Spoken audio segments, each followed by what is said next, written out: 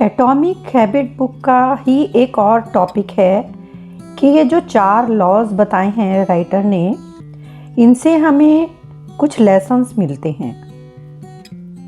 Habits को बनाने में 4 स्टेप हमको हेल्प करते हैं: क्यू, क्रेविंग, रिस्पॉन्स और रिवॉर्ड। ये हमारे लिए किस तरह से यूज़फुल होते हैं, आप देखेंगे कि हर जगह ये काम आते हैं। जब भी आपको ये उन क्यूज़ या हिंट्स को कुछ मीनिंग देना है, तभी आप में वो क्रेविंग स्टार्ट होती है। आपका ब्रेन एक इमोशन या फीलिंग तैयार कर लेता है उसके लिए, उस करंट सिचुएशन में। दैट मीन्स क्रेविंग तभी होती है जब आप उस अपॉर्चुनिटी को नोटिस करते हैं। यानी डिज़ायर से पहले अवेयरनेस का होना इम्पॉर्टेंट है। राइटर एक्सप्लेन करते हैं कि हैप्पीनेस होती है डिज़ायर के ना होने से।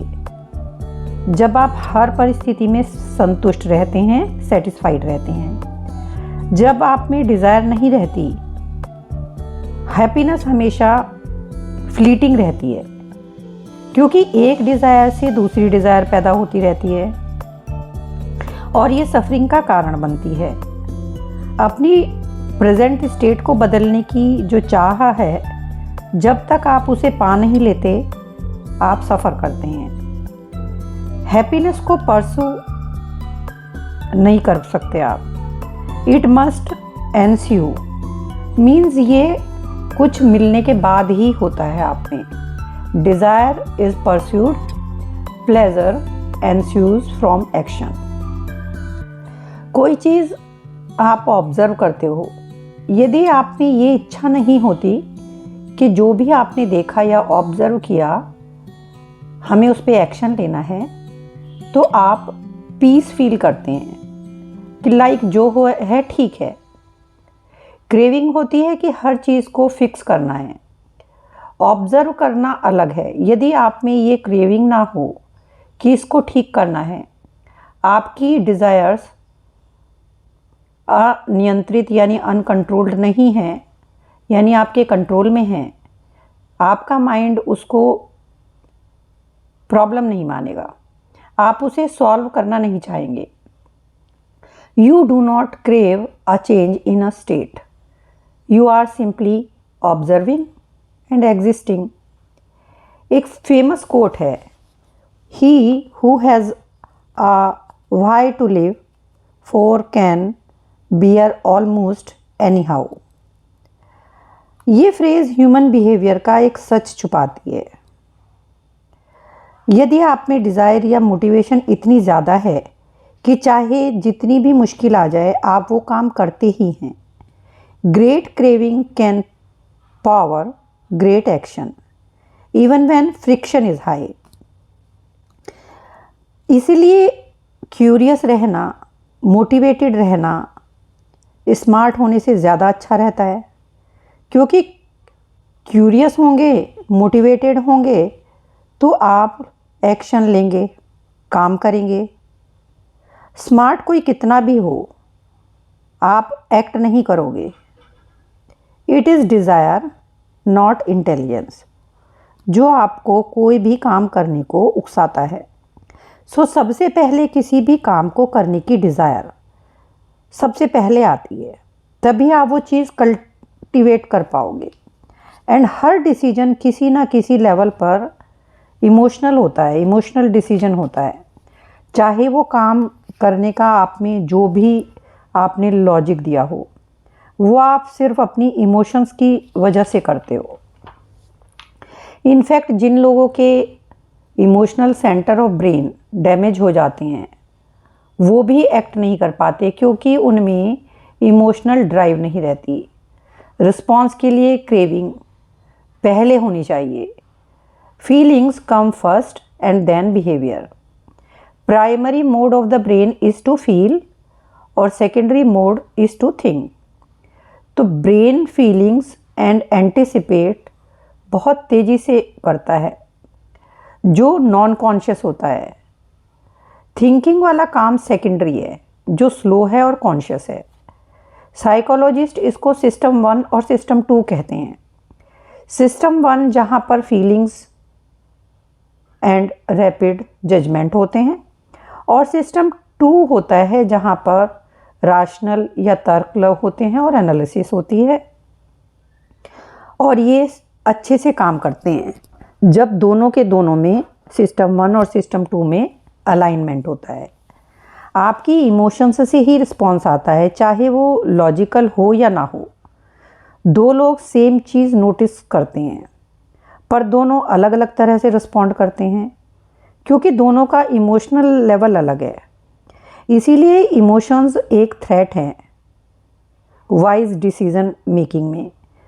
इसीलिए कुछ लोग ये मानते हैं कि जो सिस्टम 2 है, जहाँ पर लॉजिक्स हैं, लॉजिकल थिंकिंग है, एनालिसिस है, वो ज़्यादा बेनिफिट करता है। इमोशनल वाला रिस्पॉन्स ठीक नहीं होता। तो डिज़ायर्स को, जिसे हम सफरिंग कह रहे हैं, एक्चुअल में उनमें प्रोग्रेस भी होती है, क्योंकि हम अपनी स्थिति बदलना चाहते हैं, इसी वजह से हम एक्शन लेते हैं।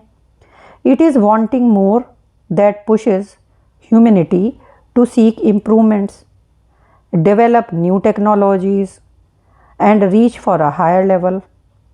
क्रेविंग रहती है, हम डिससेटिस्फाइड रहते हैं, लेकिन काम करने के लिए तैयार रहते हैं। क्रेविंग के बिना हम सेटिस्फाइड रहते हैं, पर एम्बिशंस की कमी होती है। यदि आप ये कहते रहें आपको ये चाहिए वो चाहिए, पर उस पर काम ना करें, then you don't really want it. खाली कहने से कुछ नहीं होगा, आपके एक्शन से पता चल जाता है कि आप वो चीज़ कितनी चाहते हैं। Your actions reveal your true motivation. Response से ही रिवॉर्ड मिलेगा। जो एनर्जी वो काम करने में आप लगाएंगे, उसका आउटकम आपको मिलेगा। इससे आपकी क्रेविंग सेटिस्फाई होगी, क्योंकि आपकी क्रेविंग तभी शांत होती है जब आप उस टेम्पटेशन या जो फीलिंग है that you want to do something, उसको इग्नोर नहीं करते। सेल्फ कंट्रोल रखना इम्पॉर्टेंट है, क्यों यदि क्रेविंग के बाद जो एक्शन आपने लिया, उसका जो आउटकम या रिवॉर्ड है वो यदि पॉजिटिव होगा और आपके अकॉर्डिंग होगा, तो वो काम आप बार बार करेंगे या वो बिहेवियर आपको करना होगा। और यदि नेगेटिव होता है उसका आउटकम या रिज़ल्ट, तो आप फ्रस्ट्रेटेड होंगे और उसको आप नहीं करेंगे। फॉर एग्ज़ाम्पल, आप किसी चीज़ से एक्सपेक्ट कर रहे थे कि वहाँ आपको ज़्यादा पैसे मिलेंगे या वहाँ आपको कुछ बेनिफिट होगा। सपोज़ $10 आप वहाँ एक्सपेक्ट कर रहे थे और वहाँ आपको $100 मिल जाते हैं, तो यू फील ग्रेट। बट यदि आप चाह रहे थे आपको 100 मिलें और मिलता आपको 10 है, तो आप डिसअपॉइंटेड फील करते हैं। Your expectation changes your satisfaction. यदि लाइकिंग और वांटिंग सेम होगी तो आप सेटिस्फाइड रहेंगे। Being poor is not having too little, it is wanting more. आप लगातार प्रॉब्लम्स पर ध्यान दे रहे हो, सॉल्यूशन पर नहीं। Happiness is relative. जो आप चाहते हो वो आपको नहीं मिलता, इससे आप हर्ट होते हो। जिस बारे में आप ज़्यादा सोचते ही नहीं, वो यदि ना भी मिले तो आपको उतना बुरा नहीं लगता। इसीलिए लोग कहते हैं I don't want to get my hopes up. जो काम आप करते हो उससे पहले भी आप में फीलिंग्स आती हैं, उससे क्रेविंग बनती है। एंड एक्शन के बाद यदि वो चीज़ आपको रिवॉर्ड देती है, तो आपकी फीलिंग्स आपको बताती हैं कि वो काम आपको दोबारा करना है कि नहीं। How we feel influences how we act, and how we act influences how we feel. Wanting और लाइकिंग बिहेवियर के लिए ड्राइवर है। यदि वो आपको नहीं चाहिए तो आप नहीं करेंगे, लेकिन वो चीज़ आपको चाहिए तो आप करेंगे। और करने के बाद यदि प्लेजर और सेटिस्फेक्शन मिलता है तो आप उसको ज़रूर करेंगे। Feeling motivated type. First time जब आपको कोई क्यू या हिंट मिलता है, आप में क्रेविंग होती है, अपॉर्चुनिटी राइज होती है, आप में उम्मीद होती है, होप होती है कि आप कर पाएंगे। धीरे धीरे आप समझ जाते हैं कि आपको क्या करना है, कैसे करना है। आपकी होप ज़्यादा एक्यूरेट प्रिडिक्शन करने लगती है and acceptance of the likely outcome. इसी वजह से हम रिच होने के लिए, वज़न कम करने के लिए या और भी जो हमारी होप्स हैं उनके लिए लगातार नए प्लान्स बनाते रहते हैं, पुराने तरीके छोड़कर नई स्ट्रेटेजीज बनाते हैं। लेकिन केवल होप्स से काम नहीं चलता। You must take some action.